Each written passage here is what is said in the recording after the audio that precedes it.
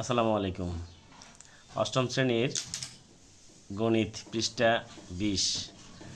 এখানে ২০ নম্বর সমস্যা, মানে ২০ নম্বর অঙ্ক। কোনো আসল ৩ বছরের সরল মুনাফাসহ ২৮,০০০ টাকা এবং ৫ বছরের সরল মুনাফাসহ ৩০,০০০ টাকা, এটা উদ্দীপক দেওয়া আছে। এবার বলছে ক নম্বর, প্রতীকগুলোর বর্ণনাসহ মূলধন নির্ণয়ের সূত্রটি লিখো। প্রতীকগুলোর বর্ণনাসহ মূলধন নির্ণয়ের সূত্রটা লেখো। দেখো প্রতীক বলছে, আমরা প্রতীকগুলো মূলধন নির্ণয়ের সূত্র কি? আই ইকুয়াল টু আই সমান পি এন আর অথবা পি আর এন, যেটাই বললেই হবে। এর প্রতীকগুলোর বর্ণনা চাইছে। আবার কি বলছে? মুনাফার হার নির্ণয় করা, মানে এই টাকাটার মুনাফার হার নিচ্ছে। কোনো আসল ৩ বছরের সরল মুনাফা সহ ২৮,০০০ টাকা এবং ৫ বছরের সরল মুনাফা সহ ৩০,০০০ টাকা। ঠিক আছে, এবার দেখো ক নম্বর কি বলছে, প্রতীকগুলোর বর্ণনাসহ মূলধন নির্ণয়ের সূত্রটি লিখো, মুনাফার হার নির্ণয় করো।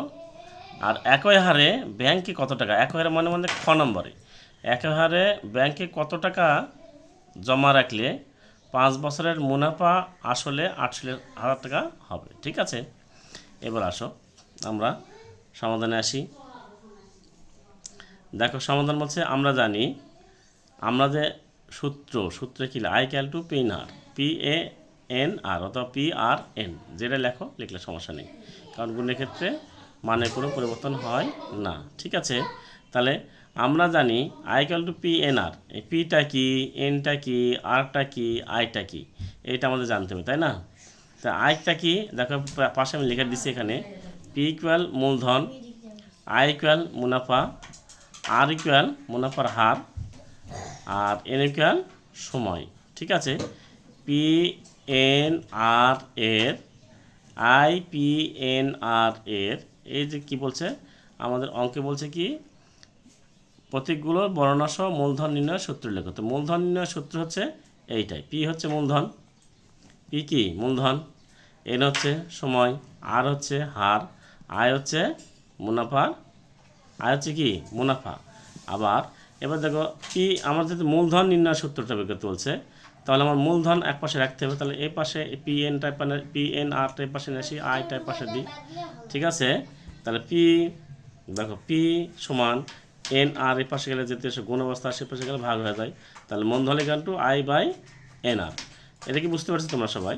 আচ্ছা, এইবার আসো খ নম্বরে কী বলছে, মুনাফার হার নির্ণয় করো। মুনাফার হার নির্ণয় করো, তাহলে মুনাফার হার যদি নির্ণয় করতে যাই তাহলে কি করতে হবে?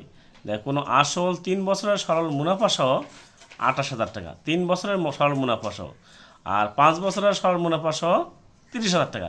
তো একটু ইজি বোঝা যাচ্ছে এখানে, তাই না? তাহলে এখানে একই হারে মুনাফার হার নির্ণয় করতে বলছে, মুনাফার হার। তাহলে ৫ বছরের মুনাফা সহ ৩০,০০০ টাকা, ৩ বছরের সরল মুনাফা সহ ২৮,০০০ টাকা।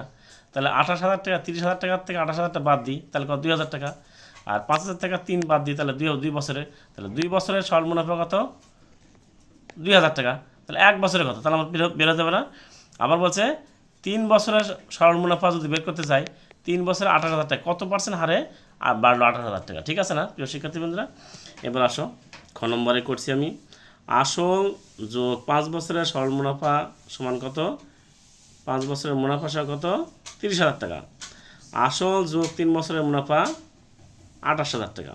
তাহলে দুটো বিয়োগ করো, বিয়োগ করলে আসল চলে গেল। তাহলে কি আমাদের ৫ বছর থেকে ৩ বছর বাদ দিলে ২ বছর, আর ৩০,০০০ টাকা থেকে ২৮,০০০ টাকা বাদ দিলে কত হয়? ২,০০০ টাকা। তাহলে 2 বছরের মুনাফা কত? ২,০০০ টাকা। তাহলে ১ বছরের মুনাফা কত? ১ বছরের মুনাফা কত? তো 2 দিয়ে যদি ২,০০০ ভাগ দিই তাহলে ১,০০০ টাকা বেরোবে। এবার 3 বছরের মুনাফা কত? ১,০০০। ২,০০০ যদি আমি ভাগ দিই তাহলে 2 দিয়ে কাটা গেলে ১,০০০, 3, তাহলে কত হয়? ৩,০০০ টাকা। তা আসল প্লাস আসল যোগ ৩,০০০ সমান ২৮,০০০ টাকা। এটা আমার অঙ্কে দেওয়া আছে, আসল যোগ ৩,০০০ সমান ২৮,০০০ টাকা। আসল সমান ২৮,০০০ বিয়োগ ৩,০০০, তাহলে ২৫,০০০ টাকা। তাহলে ৩,০০০ টাকা থেকে ২৫,০০০ টাকা বিয়োগ করলাম, ২৮,০০০ টাকাতে ৩,০০০ টাকা বিয়োগ করলাম, তাহলে আসল কত হলো আমাদের? ২৫,০০০ টাকা। ঠিক আছে, তা আমরা জানি মুনাফা সমান মুনাফা আই ইকুয়াল পি এন আর। তাহলে আসল কত পাইছি আমরা? ২৫,০০০ টাকা। মুনাফা কাছে কত পাচ্ছি? ৩,০০০ টাকা। সময় কত পাচ্ছি? 3 বছরের। মুনাফার হার তাহলে আমাদের বের করতে হবে। তাই I equal to P N R equal to P by N. তাহলে এটা কেটে দিছি আমি, এটা আর ইকুয়াল টু পার্সেন্টেজের অঙ্কতে আয়ের মান মেরে দিছি, তারপরে পি এর মান মারছি, সময়ের মান মারছি, মানার পরে 4×100, তাহলে এখানে হয় 100। তাহলে 4 উপরে 4 লিখলাম, নিচে 100 রাখলাম, কারণ হচ্ছে কত পার্সেন্ট যখন বের করতে হয় নিচে 100 রাখতে হয়, তাই না? সেই হিসেবে আমরা এখন রাখছি। ঠিক আছে, এবার আমরা গ নম্বরে আসি। গ নম্বরে কি বলছে? গ নম্বরে বলছে একই হারে ব্যাংকে কত টাকা জমা রাখলে 5 বছরের মুনাফা আসলে 68,000 টাকা হবে।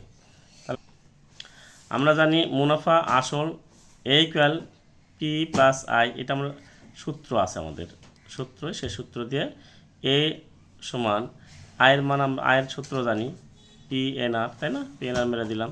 তাহলে আয় এখানে দেখো পি কমন নিলাম, 1 প্লাস এন আর, 1 যোগ এন আর, 48,000 পি কমন নিলে আয়, এটা এন এর মান মারলাম, আর যদি পাশে লেখা আছে এন এর মান আর মান মেরে দিলাম। তাহলে পি এন এটা বাড়ালো, তাই না? এখন এ করো, তাহলে যদি আমরা পাই, এখানে যদি এটা পাই, হ্যাঁ, কী হচ্ছে 48,000 পি গুণ 6/5 লসগু করলাম, ওটা লসগু করার পরে পি ইকুয়াল টু পি এর মান মারলাম, 40,000 টাকা। তাহলে আসলে আমাদের কত? 40,000 টাকা। এটাই আমাদের মূলত অঙ্কে চাইছে। ঠিক আছে প্রিয় শিক্ষার্থী বন্ধুরা, সবাই সুস্থ থাকো, ভালো থাকো, আল্লাহ হাফিজ।